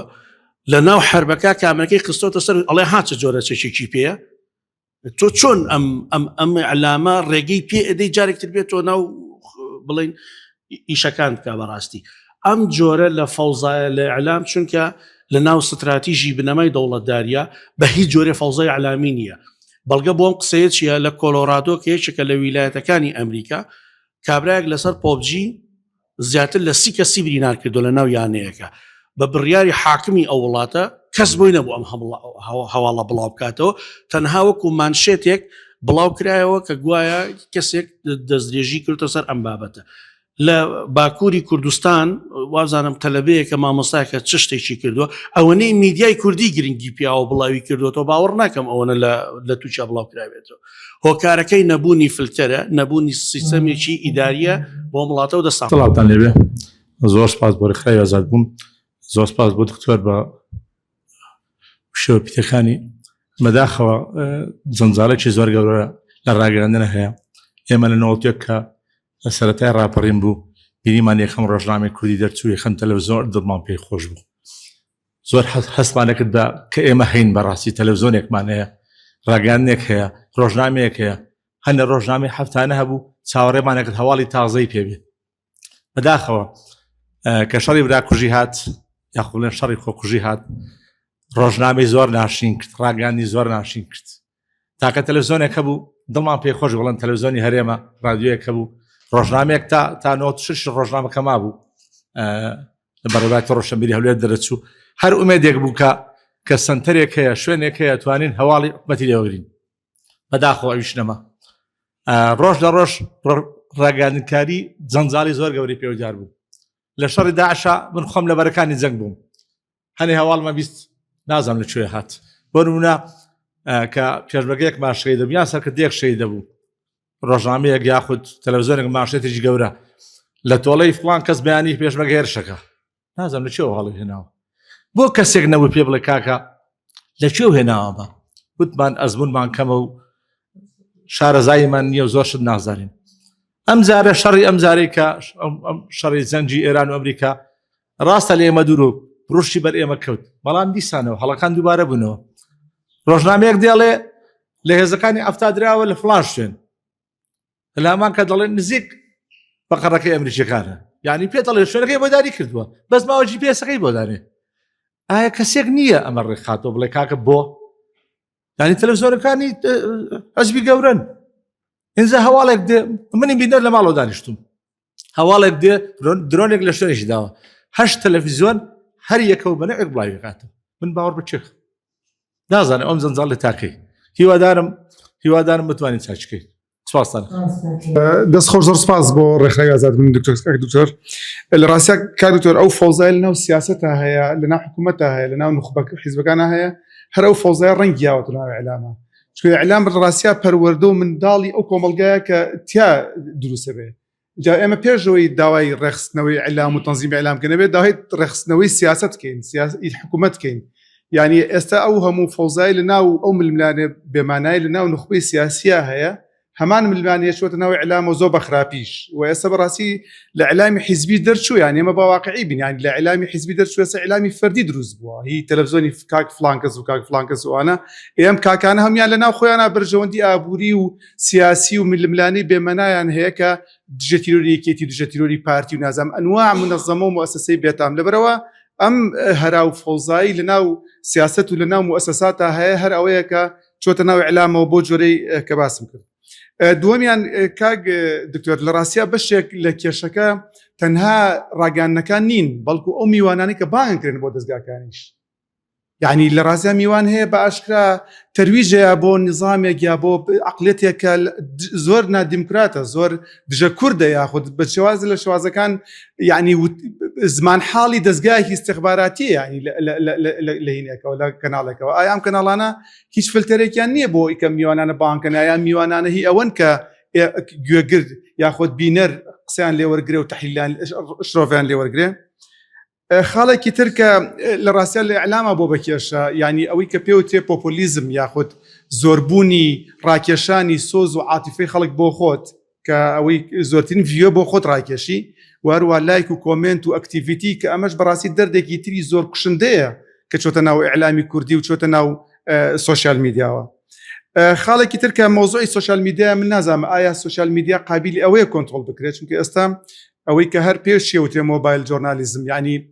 هاوڵاتی ئێستا خۆی بووە بە سەرچاوی زانیاری و ئیعلام بۆ مۆبایلەی بۆ دەستگا بۆ ئایپادی کە بەدەستیەوەیەتی بۆ بە سەرچاوی زانیاری ئایا هیچ فلتەرێک هیچ یاسایەک هیچ ڕێنماییەک هەیە بۆ ڕێخستنەوەی ئەمەیانی ئەمەش کێشەیەکی ترەکە ڕوبڕوومانە بێتەوە آخر قسەم لەسەر مۆزوعی سۆشیال میدیایە کە هەر علاقەی بە خاڵی یەکەمەوە هەیە سۆشیال میدیاش دیسانەوە قابلی ئەوەیە کە چۆن جایەک ڕێک بخرێتەوە کە سۆشیال میدیاش دیسانەوە بەشێکە لەو فەوزایە و لەو کارەساتەی کە بەسەر و حیزبانە هاتووە ینی سەیرە بەرپرسی گەورەی زۆر گەورەی زەبەلا هەیە خاوەن کەناڵی خۆیەتی خاوەن دەزای ئیعلامی خۆیەتی لە پاڵا پشتگیری و دەعمی دەیان پێیج و دەیان خەڵکەکە لە بەرەوەی پێجێکی سۆشیال میدیای بابڕێەوە ینی لە ڕاستیال چاوچنۆکی و نەزانی و لە وڵای نازەم ناوێنەی چی ئەم بەرپرسانەی ئێمە نمونەی نییە لە هیچ شوێنێکی دنیاە یعنی تۆ خاوەن کەناڵێکی و دەستگایەک و مەکتەبی ڕاگەیاندنی گەورەی لە پاڵا 4-5 کەسەدا ناو بە مایکێکە و گروپێکەوە و ئەوەی کە ناتوێت لە دەستگای ئیعلامیەکەوە بە شێوازێکی بیخێتە ڕوو یعنی ئەو پۆخڵەواتی کە لە مێشکی خۆتایە ئەو هەموو جەنجاڵی لە مێشکی خۆتایە لە ڕێگای گروپێکەوە و لە ڕێگەڵ ڕێزمە کۆمەلگای کوردی بووە بە جۆرێک لە مختبەر بۆ لە تاقیگای لە لاب کە هەموو شتێک فڕیانە ناو کۆمەلگای کوردیەوە بۆی زیاتر ژەهراوی بێ یعنی ئەمە لە ڕاستیا نازانم ینی لەکوێوە دەستی بۆ بەی زۆر زەحمەتە زۆر سپاس سڵاو هاوڕێیان دەستخۆشیم بۆ جنابی کاک دکتۆر بۆ بابەتەکەی دڵنیام خۆی تەوزیحی لایە لەبەر کەمی ماوەکە لەسەر ئەو بابەتە کەم ڕۆشت سەبارەت بە ئەو پێشمەرگەیە دڵنیام یەک بەیەکی خەڵکی ئەم شارە ئەوەی کە تۆزێک هەستی نیشتمانی و نەتەوەی لە دڵ و دەرونیا بوو بێ بۆ ئەو پێشمەرگەیە خەمبار و نیگەران بووە. بەڵام بەڕاستی لەناو ئەو فەوزا میدیایی کە هەیە ئەو بابەتە وای لێکرا چۆنەڵی بۆ لێدان و شکاندنی ئەم شارە بەکاربێنرێ. ئەوەی پێوترێ بەرەقەی پۆلیس و ئانە من حەزم کرد هەر وەک ئەفسەرێکی پۆلیس باسی ئەوە بکەم لە ڕابردووە تامان نەخۆشخانەی ئەهلی و شت نەبوو ئێستا هەر کەسێک لە ڕووداوێکی بەرکەوتنا بریندار بواە لە ببرایەتە نەخۆشخانەکان بەبێ داوای نووسراوی پۆلیسی لێکرا چونکە ئاشێ ئەوە لە ڕووداوێکی تاوانکاریەوە هاتبێ داوای نووسراوی لێکراوە. ئێستا طبعا نەخۆشخانەی ئەهلی زۆر بووە ئاشێ هەرواشە پۆلیس و ئاسایشیش دەستگا ئامنەکان ئاگاداری ئەو نەخۆشخانانیان کردووە لە کاتی چوونی هەر بریندارێکە باوەڕقەی پۆلیسی پێبێت تا بزانرێ ئەمە لە چی وای لێ هاتووە ینی ئەو نووسراوە پەیوەندی بۆم بارودۆخی ئەم شەڕەوە نییە زۆر لەوە پێشتر ئەمە هەر هەبووە ئەم داواکاریە هەر هەبووە چکە جاری وایە تاوانکارێک خۆی لە کاتی ئەنجامدانی تاوانەکەی ئەو کۆمەڵە قوربانی لە دەستی ئەو کەوتۆتۆ خۆشی بریندار بووە جاران ئەچوو لە نەخۆشخانەی لە نەخۆشخانە پەنای بۆ نەخۆشخانەی حکومی نابرە چوو لە نظامیدێکی لا کۆڵانیای لای دکتۆرێک بەدزیەوە چوو چارەسەری خۆیە کرد بە دیوەکەی تریشا هەمانە لە ڕۆژگاری خەباتی سەختی شاخ و شار و ئانەشە پێشمەرگەمان هەبووە لە شار هاتوۆتە هێنانەتە ئەم شارە و نەتوانرا ببرێتە خەستخانەکان لە ماڵانە دکتۆر چووە مزەمی چووە تەداوی کردو و چارەسەری کردووە. کورتەی مەبەستەکەی منەوە ینی داواکردنی وەرەقەیەکی پۆلیس لە بریندارێک کێشەیەکی ئەوەنە سەخت و گەورە نییە بە سیاسی کرا بابەتەکە کە ئەمە لەبەر ئەوەی کە ئەمە پێشمەرگەیەکی ڕۆژهەڵاتە نابێت چارەسەرکرێ بەڕاستی وای لێکرا حتا لەسەر مەسلەی بابەتەکەی تریش کە لە مزگەوتانە هەیە ڕا بشۆرێ کەسێک دێ مەسەلەن ڕەم لەگەڵەوەیە کە هاوڕێک باسی کرا بێ لێ پرسیینە لەگەڵوانە کرێت کە خەڵک چاواشاکەن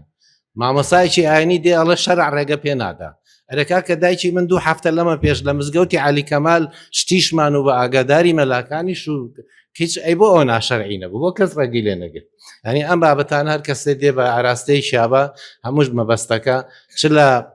بردنە نەخۆشخانەکەی چ لە مزگەوت و سەرقەبرانەکەی هەمووی وای لێکرا بۆی ئەم شارەی پێبشکێنن حەقە بە هەمووانیش لەسەرەوە بکەین شکۆی سلێمانی لەکەدار نەکرێ و سپاس بۆمان دەستخۆشی لە ڕێکخراوی ئازادبوون و بەڕێز دکتۆر بۆ ئەو محاضرە جوانە مەسلەی میدیا شتێکی ئاسان نییە باکو دەریایەکی گەورەیە لە حتا بچیتە نایوانەیە قوڵترە بیتوانێ نەتیجەی متابعکردنیشی خۆم بۆ میدیای جیهانی گەشتمە قەناعەتێک شتێک نییە ناوی میدیای سەربەز بێ ئەنی فری میدیا حۆر نییە لە هیچ شتێک ئەنیانێ تەجروبەی زۆر هەیە مەسەلەن شیرە و تەجروبانەی کە هەبوو تۆ دائما ئیشارەت بۆ چێرە بۆ BBC-رە کە منەظەمەیەکی سەربەخۆی و ئەخباریشی ئەگاتە لای ئێمە یان بە وێوانێکەوە نظمیش سەربەخۆیە ئیستا BBC کاملەتەن لەژێر کۆنتڕۆلی حکومەتی بریتانی و کاملتەن لەژێر کۆنتڕۆلی نفوزی لۆبی ئیسرائیلیە کاملەتەن بە شێوەیەک تۆ خەتێکیان داناوە پۆلیسیەکیان داناوە ئەگەر لەو پۆلیسی دەرچی ناتوانانی حتا لەو مؤسسە ئیشکەیت ئەمە یەکەم دووەم هیچ ئۆرگانێکی میدیاشی ئەوروپی سەربەست نییە ئەگەر بێت و پارێشی بەقوتی لە پشتانە بێ هەر جەریدەیەشی ئەوروپی وەرەگری گاردیان دایلی تەلەگراف دایلی میرەر چی وەگری هەمووی با بڵین ڕەسمالێکی لە پشتەوەیە ئەوەی کە جای کردوتەوە ڕەسمالێ با بڵێن ئیستیقلالیەتی هەیئەی تەحریرەکە بووە کە هەیئەی تەحریری ئەو جەریدەیە مهم کە چێ کڕوێتی بەڵام بتوانێت ئەو خەتە سیاسی کە هەی بووە مەسەلەن گاردیان باعتبارێکی بۆ نمونە بە خەجەت میدیاشی یەساری حساباترا حسابۆتێکی لیبرالی دایلیگراف بێشێکی یەمینی حسابەکرا دایلی میرەر ئەمانە هەموو میدیای قورسی گەورەی بریتانی بەڵام چییە خەتێکی با بڵێن هەیئەی تەحریک ئەوان تەحریکە ئێستا ئەوەش لەژێر نفوتە نەماوە لبرەوە ئەدەین حقیقەتەن بابێنتوانێت اینجا ئەگەبی تەماشای کوردستانیش بکەیت ئەوە ئەتەین لێرە ئەڵێ میدیای حیزبی میدیای پارەیە میدیای ئەوەیە ئەو فەوزایە کە دروست دەکرێت لەمەیە ئەوەی کە جای کردەوە بەڵین لە بەریتانیا لە ئەوروپا هینێشاندانەوە ڕێگولیشنێشانداوە نازە بە کوردی ڕێمناژدانە ئەبێ میدیا لە خلالی ئەو سنووری ڕێگولیشنا ئیشکات لە کاتی حربە لە کاتی بڵین نەخۆشی ئەوە بڵاو بێتەوە لە کاتیەوە بەجموعەیە قوانین شاندانەوە بۆ ئەوەی حڕێتە با بە قسەکردن حڕێتە با بە نووسینی با بڵین ئەم ڕۆژنامە نووسە ئەو محررە بەڵام نەگات بێت بە بینی شەڕی ئۆکرانیا و رووسیا کاملەتن میدیای ئەوروپی یەک خەتی وەرگرتووە ئەوش خەتی حکوومەتی ئەوروپیە کە حکوومەتی بە ئیتایا لەگەڵ یۆکرانیا دش بە رووسیا کاملەتن حتى مەسەلەی حڕێت بێ هەرچی میدیای رووسی هەیە لە ئارتی و لە چیە کاملەتن مەنعکرا دەبەرەوە قەتی بەڕاستی بعد ئێمە لەو دوورکەینەوە بڵێن میدیای ئەوروپی میدیایشیژینە ئەمانی خۆشمان کەوا زۆربەی زۆریان لێ ژیاون و لێ فێری پیزا دروستکردن بوون و لێ فێری تەکسی بوون و هاتنەوە ئەمانیان هەیە ئەمیان دروست کردووە کە چییە؟ اینجا لەوە دەرچێت هاتە پێشەوە کەوا دوو میدیە ئەوەی کە لەسەرمانە ئیستا ئابێ تۆ چنووە ڕێگولەشنێک دائنی فەرزێکی بەسەر حکوومەتە لە خلالی پەرلەمانەوانێ بتوانێت یاساک دەرچێکەوە حەد لە هی حکوومەت بوەستێنی دەسەڵاتی حیزبەکان تیا بوەستێنی میدیا حیزبی تاهین کەیت ئەوکەوە ئەوەش لە خلالی تەنها با بڵین چالاکوانەکانەکە ئەخسایەکانە کرێت جەناوکو جەنابێت و کەسانی کە ئەنواشکە دوایی با بڵین کۆری لەسەر بکرێت دانیشتین لەسەر بچیرێت ئاڵۆگۆر بکرێت لەگەڵیە ئەو جابگەرە دەرچێت و دۆ سپاس بەناوی خوای گەورە و میرەبان دەستخۆشیتان لێکەم لە ڕاستیەکی لە کێشەوگرفتەکانمان لە هەرێمی کوردستان یاساکانن کە یاساکان چەمکی مەتاتیان زۆرتیایە زۆر شاشن و نەیانتوانی هاو ئاز لەگەڵ گەشەکردنی تەکنۆلۆژیایە بتوانن یاساکان بتوانن تەکنۆلۆژیا ڕێبخەن و دووهەمین کێشە وەزارەتەکانن هەندێک وەزارەت دەیانتوانی بڕیار و ڕێنمایی کۆمەڵی کێشەوگرفت لە ناو بواری میدیا و تەنانەت داوم دەستگاکانی خوانە ڕێبخەن واتە ئەمە کێشە و گرفتی ڕێنماییشمان هەیە سێهەمینیان داواکاری گشتیە بەداخەوە داواکاری گشتی نەیتوانی وەکو پێویست سکاڵا لەسەر ئەو دۆسیانە تۆمارکە کە زیان بە ئاسایشی نەتەوەی یاخود ئاسایشی کۆمەڵاتی ئەگەێنن یەکێک لەو نمونانەی هەرگیز لە بیرم ناچێت ساڵی 2020 پورزایەکم بە جەڵدە مردووە نزیکەی 100 پیجی حیزبێکی زل لە وڵاتە نووسێتی لەلایەن فلانە مەسوولەوە کوژراوە تەرمەکەشیان نیانشتووە بە برینداری نیانشتووە لە نەخۆشخانە داخڵ کرێ ناچار لە ماڵەکەی خۆیانە شرینیان کردو هەموو خزم و کەسوکارەکەی کە بەشێکی لایەنگری و حیزبان وتم بە باوەشی ئێوە بە جەڵدە نەمردووە بۆچی وەڵامیان نایەنەوە هەتا ئێستاش بەشێکی زۆری خزم و کەسوکارەکەمان وازانن ئەم کەسە کوژراوە بە جەڵدە نەمردووە واتە ئێمە سۆشیال میدیایەکمان هەیە لەبەرەوەی کە کۆنتڕۆڵ نەکراوە و تیۆری بەرپرسارەتی کۆمەڵایەتی جێبەجێ ناکەن وای کردووە کێشە و گرفتێکی زۆر خۆڵقێنن مچمەتە سویسڕا لە جەنگی داعشە بە ئەنقەس سایتەکانی داعشم لێ بزانام ئەیکاتەوە لە سویسڕایە کە زۆر دوورە لە هەڕەشی داعش هیچ سایتێکی داعش نەیەکردەوە بەڵام لە هەرێمی کوردستان بە ئاشکرا کرایەوە تەنانەت هەندێک میدیا ڕیکلامیشی بۆ کردن بۆیە باشترین چارەسەر بۆ ئەم بابەتە ئەوەیە یەکەم ئەبێ یاساکان جاری کە پێداچنەوەیان بۆ کرێ بەڵام بە مەرجێک نابێت دەستکاری ئازادیەکان کرێ دووهەمینیان ئەبێ وەزارەتەکان بڕیار و ڕێنمایەکانیان ڕێبخەنەوە و سێم ئەبێ داواکاری گشتی چالاک بکرێ و چوارەمیش وەکو چۆن کەسێک مۆڵەتی شۆفێری وەرەگرێ ئەبێ خولێکی چڕوپڕی شۆفێری بینێ هەر کەسێ ئەبێ بە ڕۆژنامەنووس ئەبێ بە میدیاکار ئەبێ خولێکی چڕوپڕی یاسایی بینێ ئەرک و مافە یاسایەکانی بۆ تێبگەندرێ بۆی ڕوون بکرێتەوە پاشان مۆڵەتی کاری میدیایی بدرێتێ بۆ زۆر سپاسان وەکو کاک دکتۆر فەرمووی تەبعاً دوو مەرجمان هەیە بۆ ئەوەی ئیخبارەکان یا بڵێن هەواڵەکان فیلتەر بکرێکیان ئەوەیە کە بڵین کەسێک بریندار بکرێ یان لایەنێکی گشتی مامچێ دەژێت پرسیارەوە لەم دوو حاڵەتەیە و بە سێ مەرجا کە زەرورەتی هەبێ و یاسایی بکرێت و ڕوون بێت تەبعاً دەسەڵات یان هەر کەسێک کە زەرمەند یا قازانجمەندی و مۆزوع بێ ئەتوانێت ئەو سێ مەرجە دروست کادیانی بی ضرورەتێ نێو بە یاسایکی بکە ڕوونیشی کاتەوە قەناعەتیش بێنێت. بەڵام من پێم وایە یعنی میدیا ئێستا بازنەی میدیا گەورەتر بۆتەوە لە تەلەڤیزیۆن و لە کەناڵ و ئەمانە هەر تاکێک و کە خاوەنی با بڵێن لاپەڕەیەک یان هەژمارێکی خۆی بێ خۆی میدیایەکەەوە ئەتوانێت دەنگی خۆی بە هەر شێوەیەک بگەینێ کەوابێ بەڕێی من بە هیچ شێوەیە میدیا بەڕێی منەوە گریمانەیە کە گەدای بنین ناتوانین کۆنتترۆل بکرێ مەگەر لە حاڵەتی تایبەتە. ئەنجا با بڵێن ڕوویەکی دیکەی مۆزوعەکە ئەمە ئەمڕۆ میدیا بزنسێکە و بزنسیش وەکو ئاوایە ڕێی خۆی ئەدۆزێتەوە تۆ لە هەر شوێنی ڕێگری لێ بکەیت لە شوێنێکەوە ڕێگەی خۆی ئەدۆزێتەوە. بەڵام پرسیارە جەوهەرەکە لای من ئەوەیە ئەم میدیایە ئەم دەستگازە بەلاحە ئەم بزنس و پارەیە بۆچێ لە گەڕایە بۆ خەڵک بۆ مشتری بۆچی خەڵک ئەوەنە پێشوازی لێ ئەکات بۆچی ئێمە وامان لە هاتووە پێداچوونەوەی بەسەر ئەو مۆزوعەیە بکەین. من پرسیارەکەی من ئەوەیە ئایا کوونێ خەڵکی ئێمە بە تایبەتی خەڵکی کوردستانی خۆمان ئەمەندە پۆلیتیکەل ئینتەلیجنسیان بەقوەتە ئەمە هۆشی سیاسیان بەقوەتە یان ئەوەنە بێ ئیش و بێکار و ئیدارەیەکی بێسەر و بەرمان هەیە کە دەست بەتاڵین بۆ نمونە تەلەبەیەکی پۆلی 6 سەعات 3 شەو نامە ئەنێرێ مەکتەب بەیانی هەیە یان نییە چووکە ئەم شۆ درۆن لە سلێمانیە ئەنی تەلەبەیە بۆ ئەبێ سەعات 3 شەو بەخەبەر بێ باوکو دایک بە هەروەها ئایا کونی ئەمە پەیوەندی بە ئیدارەی سەقەتی کۆمەلگا هەیە یان ئەوە تا خۆمان ئەوەندە متابعی شتەکانی. زۆر سپاس. ئەم کاتتان باش ببورن پرسیارەکەم لێرە نووسیوە هەر زیاتر پرسیاری شاکەی ناڕوونکردنەوە نییە لەو چوارچەوەی کە دکتۆر باسی کرد ئەوەیە کە یاساکە زیاتر لە چوارچەوەی دەوڵەتدا ڕەچاوی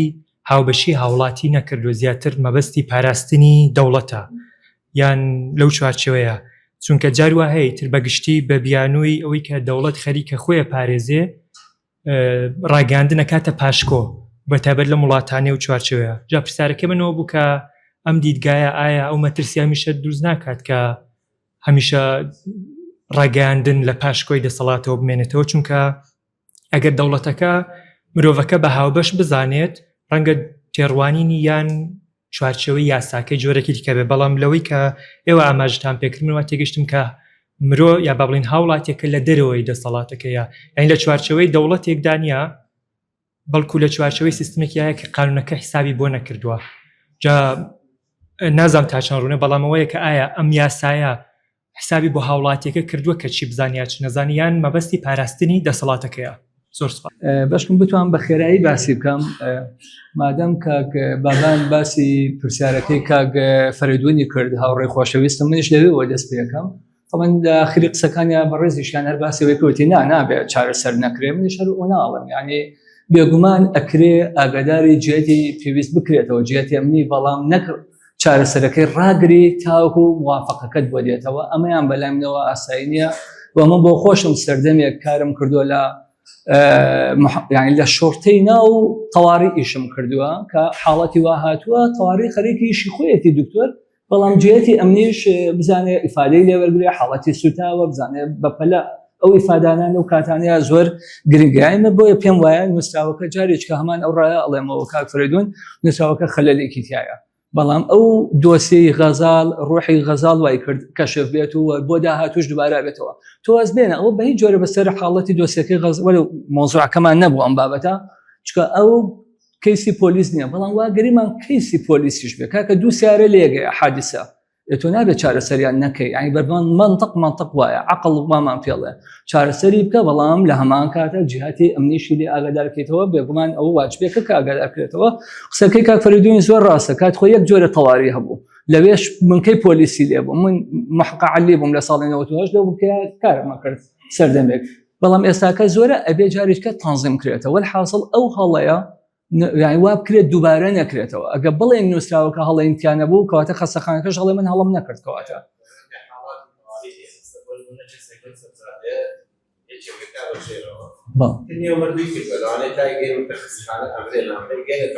پێی خۆشە نەچێتە خەستەخانە چکەیسنی تۆ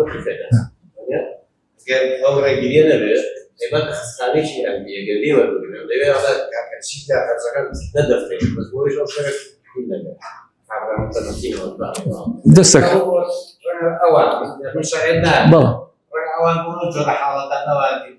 توقيفەکە لەوانەیە من لەگەڵەوە نیم توقیف کرد بەڵام توقیفەکەی چی لێ نایە تەمام من لەگەڵانێ بەڵام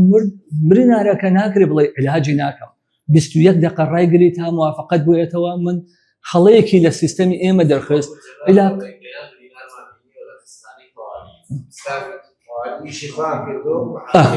مەفروضە وابێت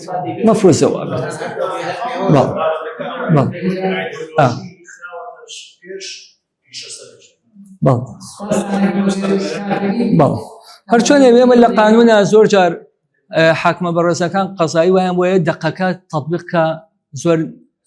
یعنی عەدالەت ناپێکێ دێ ڕوحی دقەکە جێبەجێەکە یعنی بۆ نمونە مەسەلەی تەوقیفکردنی ڕۆژنامەنووسان توقيفكردني روجنامە نووس باشە لە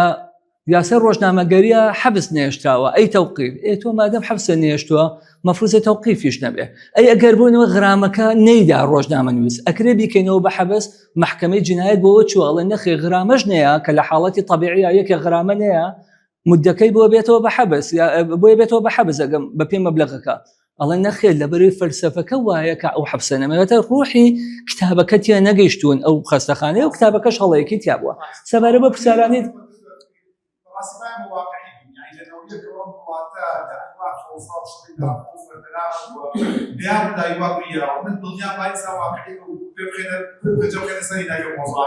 هۆکارەکە سیاسی و حەزر بۆ لەوڵاتێکی دراوسێت ئەوە خراپتر ئەگەر لەنەوە یەکەوە سیفر ساڵی مەشقی ناوخۆمان میدیا ئاوارەیمان بینیا بریاتمان بیندایات کێشە عەشایریمان بیندیا کێشەی وڵاتیمان بینی یعنی هیچ بریاڕای گیرا لەمان سیفر ساڵەیە ئەمە یەکەمین کەیسە لە ماوەی سیفر ساڵی ڕابردووە یعنی مادەمەکە قانونیە و ئەوەندە جددیە و ئەوەندە مؤسساتیە بریارێک وەرنەگرێت نەخۆشیەکانی سیاسەتە چۆتە ناو فەسەخانەکانەوە چۆتە ناو کۆمەلگاوە چۆتە ناو ئێعلامەوە تۆ بەڕاستگوێی نەکەی بۆ مەڕەعات و حەزرێکی سیاسی بۆ وڵاتێکی ترس بووە حەزر بووەش مەڕەعات و بعد بەڕاستی واقعی باس ئەوەش یەکێکە لە بۆ چوونەکان کە زۆر کەسیش وا ئەڵێ هەمان ئەو ڕێیان هەیە خوا بکە وا نەبێت چکە کێشەکە گەورەترە سەبارەت بە بگەڕێن سەر مەوزوعەکەی خۆمان طبعاً زۆر هەڵە کرا ئەو بەڕێزانەی کە قسەیان کرد طبعاً باسی بەشێ لە هەڵەکانی میدیایان کرد لە کاتی جەنگە یعنی بەشێ لە هەڵەکان بەڕێزی بۆ وابزانام کێ بوو باسکردنی ئابووری ئێستا وای لێ هاتووە باسکردنی کۆگا شوێنی کۆگای خۆراک ئێکاکە هەندێک لایەنەیە دەخوای بە شوێنەکەی پێ بڵێ بۆی درۆنێکی پیاکێشێت بە شوێنی کۆگا زۆر شتێکە هەبوو کرا لەو کاتانەیە لە هەفتەیەکەمە و ئیشی ئێمەیە ئەو هەڵانە چاکەینەوە یاخو بە ڕێنمایەک بێ کۆمەڵێک ئاگاداریان پێ ببەخشێت بەو میدیاکارانە طبعاً ئێمە سێریکە ئێمە دراسی قانونی دراسێکی مقارنە بۆیە من باسی عێراقم کرد کاکە باسی DW ئەڵمانی کرد لە بەڕتانیا BBC مان هەیە دکتۆر بایزید باسی میدیای حکومی کرد طبعا لە هەوڵێک هەبووە میدیای نیشتیمانیەک دروست کرێ بەڵام ئەڵێن ئەبێتە کەڕەنای حزبی حاکم ئەبێتە وەکو ئەو دەستە سەربەخۆیانەی دیکەی کوردستان ئەبێتە وەکو میدیایەکی ئەو حزبە لە جاتی ئیتیهامی عێراقیە کرێک سەردەمێک لە مالکیەوە نزیک بۆ چێ سەرۆک وەزیران بێ وڵاتەکە دەڵەمەیە و دکتۆر باسی کرد خەلەل لە هەموو مؤسساتەکانی کە هەیە بەڵام ئایا دوو قسەیەک هەیە ئایا مؤسساتەکانی دیکە و چاکەکەی اینجا میدیا چاکەی یا میدیا دەکەی بەهێزێک وابکە مؤسساتەکانی کە چاکە تۆ باسی جاری وایە باسی گلەکان لە میدیاکەین ێ باشە وەسعی پەرلەمانمانەوە وەسعەتیایەتی کوا پەرلەمان تارە هەیە بەبێ پەرلەمان وەسعی حکوومەتمانەوە وەسعەتیایەتی وەزیرت هەیە و سێبەری وەزیرت داناوە بە ناوێکی دیکەوە لەوانەیە بارودۆخی دادوەری لە هەمووی باشتر بێ ئەویش دەکەی پرسیاری سەرەکی لەسەر هەیە لە تاوەکو دواتر یعنی حاڵەتەکە هەمووی گرتووەتەوە نەقسێکمانەیە لە مؤسسات ئێمە باسی سزامان کردووە لە کوردستان ئەو هەموو بەیاننامەیە هەر ڕەشەی کرد ئادێ کوا سزا من لەگەڵ ئەوە نیم کاکە لەوێ هانا نابم بۆ تەوقیف ئێمە وا ئەکەین و دو هەفتەیەکی تەوقیفەکەین تەوقیف خەتەرە تەوقیفە لەگەڵیانێ تەوقیف بۆندی حاڵەتە کە کابرا ڕانەکە بەڵگەکان نەشارێتەوە کەچی ئێمە دێن نقورچێکی لێ دێن نقورچ نییە لە قانونە حبسمان هەیە کەچی دێن تەوقیفیەکەین وەکوی داخی دڵی خۆمانی لێ دەرکەین ئەمە لە بەغانیانە لای ئێمە هەیە لە بەغا عقوباتی معقولتریان هەیە کە ئیسەردەمی بریمەرە هەموو شتانەی داناوە بە خێرایی باسی میدیا حکومی کرا و بەڕێزێ باسی ڕۆژنامەی کرد کە حکوومەت هەی بۆ سەردەمێک من ویستم ئەو زانیاری ئیزافەیەکی بخەمە سەر دوا تەمەنی ئەو ڕۆژنامەیە کە سەر بە وەزارەتی ڕۆشنبیری بە ڕۆژنامەی هەرێم سەرنووسەرەکەی کاک سەردار عەبدوڵڵا بوو کە لەم دوێنێ پێرێ میرخاسەیەکی جوانی نواند لەو قەزەی غەزاڵە کە ئەو دواسەر نووسری ئەو ڕۆژنامەیە بوو کە ڕۆژنامەیەکی باشیش بوو بەڵام لە دوجارە فەرسەفەکە وا بووی تر حکوومەت ڕۆژنامەی خۆی نەمێنێت. ئایا سوۆشیال میدیا دەکرێت کۆنتترۆل بکرێت؟ کۆنتترۆڵێکی تەواوەتی نا بە هیچ جۆرێک بەڵام بێگومان ئەبێ تاوام بکات دەدۆزرێتەوە ئاسایش بێوێ یەکێ بدۆزێت تۆی دۆزێتەوە جا میدیاکە دیار بێ دیار نەبێ خاوەنی دیار بێ دیار نەبێ ئەزانێ لەکوێوە نووسراوە لەکوێوە بڵاوکراوەتەوە ئەو شتانە دەتوانێت دەرکی پێ بکەوە کە چۆن تەلەفۆنا دەزانێت لە چ مۆقع بووە با ڕقەمەکە علوجیش بێ شوێنی تەلەفۆنەکە و بە کامێرەکەش ئەیهێنێتە پێشەوە تا حدێکی زۆرە دەبیانە بێ دەرکی پێ بکەن. ئێمە طبعا یاسایەکمان هەیە یاسا خراپبەکارێنانی ئەمریکای پەیوەندیکردن بێگومانێ من باسم نەکرد ساڵی 2008 بەسەر هاوڵاتیە جێبەجێ بێەوە وبەی حەبسە و باسی ئادابی عامە کرا ئەدنسڵامی عام کراوە یەک زانیاری کە بەشێکی زۆر لەو مامۆستایانەی کە لێران ئەیزانن ئەویش ئەوەیە ئادابی عامە لە یاسای ڕۆژنامەگەری نەهات ببرێت نظامی عام لە یاسای ڕۆژنامەگەری نەهاتووە هەردوو چەمکی ئادابی عامە و نظامی عام لە یاساکە کە پەرلەمان تێپەڕان تێهە بوو کە چۆ لای سەرۆکێرم ڕۆژنامەسان وتیان سەرۆکێرم واژووی مەکە لای بە ئودوشەیە ئێمە پێمان وا بوو غەڵەتە لابرێ کە لابرا یاسای ڕۆژنامەگەری عقوبەکەی بریتیە لە غرامە حەبسیتیان نیە کە لابرا ئەگەر یەکێ پێچوانەی ئەوانە شت بنووسێ عقوبەی حەبس ئەدرێ بە جۆرەی قانونی عقوبەکە قورسترە هەردوای مدەیەکی کەم لە تێپەڕانی یاسای ڕۆژنامەگەری دکتۆرێکی بەڕێز بابەتێکی نووسی بوو دژی ئادابی عامە حسابی بۆ کرا عقوبە درا حەبس 6 مانگ بەڵام لەبەرەوەی 6 مانگ بوو دکتۆریش بوو وەقفی تەنفیزی بۆ کرا کەواتە ئەو چەمکە لەناو نظامی عام لەناو خۆزگە لەناو یاسای ڕۆژنامەگەری بووایە بۆی عقوبەکانمان تۆزێ معقولتر بووایە بێگومان لەگەڵ ئەوە نین سەرپێچی بکرێ بەڵام لەگەڵ ئەوەین کە سەرپێچی کرا سزا هەبێ بەڵام سزایەکی بەقەدەر خۆی نەک ئەو سزا قورسانەی لە کوردستانە هەیە و هەندێک جاریش ئەوانەی کە تاوانە گەورەکانەکان بە هیچ جۆرە سزا نادرێ من لە مۆبایلەکەمە وێنەی ئەو کەناڵانم لایە کەناڵێک مزیاکەی لەسەر وێنەکە تاوان من خولێکی تەدریبی مە بوو پێشەن ڕۆژێ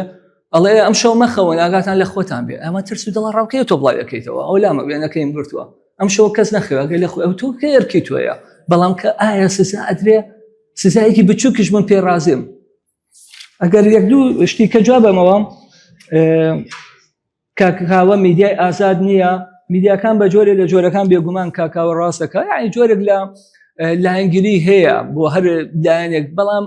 ئایا میدیا هەیە سەر بە حیزب نییە بەڵام بە جۆرێ لە جۆرەکان ئایدۆلۆژێتی سەرنووسەر کاریگەریتیاکە و لە میدیامان هەبووە لە کوردستانە تا حدێک بێلایەن بۆ سەر بە هیچ حیزبێ نەبووە لە دوور و نزیکیە یعنی ڕادیۆمان هەبووە پێزناکە ناوی بێنین لەبەرەوەی فەندەکەی لە منەظەمێکی نەودەوڵەتیە بووە جهتێک بووە تا حدێک بێلایەنی خۆی پاراستووە چۆن میدیا ڕێک بخێن زۆری بۆری یەکێک لەو ڕێگانەوە زەم دکتۆر کاکاوە بوو باسی کرد وڵاتانی کە ڕێگا بۆ زۆری بۆریە نادات ئێمە مدەکەم کەمە ئەجیان زۆر بەورتر باسیەکەین دەبێ ڕقابەی مالی یەکێک لە ئەرکەکانی ئەوەیە لێیان بپرسێتەوە من ئەینە لە کاتە ئەو پارەیە و بودجێ لەکوێ دێ لە هەمان کاتە دەتوانێت لە حیزب لێ بپرسێەوە بودجێ لەکوێ هێنا بەڵام ئایا دەکرێت لە لای ئێمە لە وڵاتی کە لە ئەمریکا بودجەیەکی دیاریکراو هەیە بۆ ماوەی انتخابات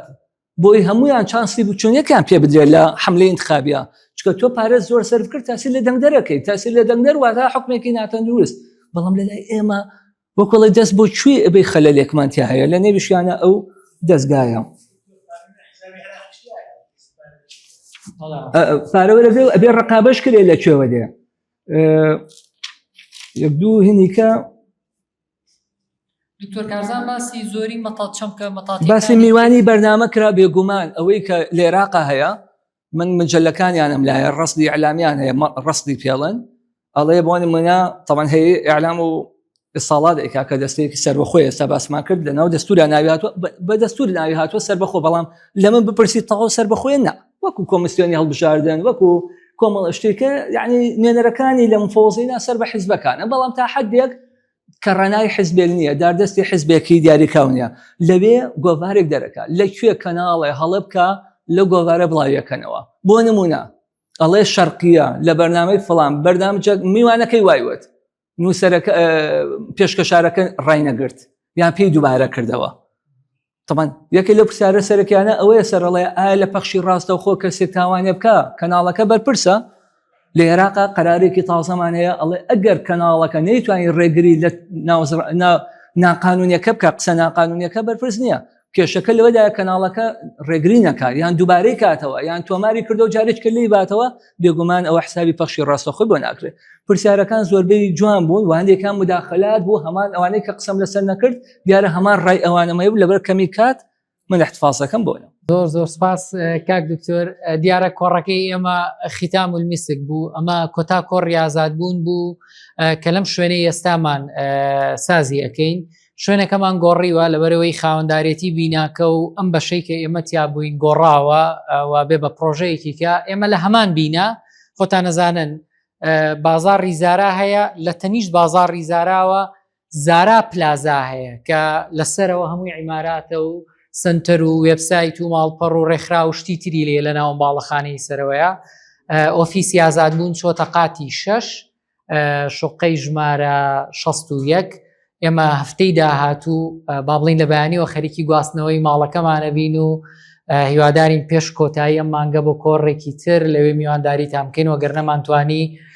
لە مانگی 5 لەوێ لە خزمەتان نابین بە کۆڕێکی تر زۆر سپاس دکتۆر گیان کاتێکی زۆر بەخشی و بابەتێکی زۆر بەسوود بوو بەخێر بێن سەرچاوان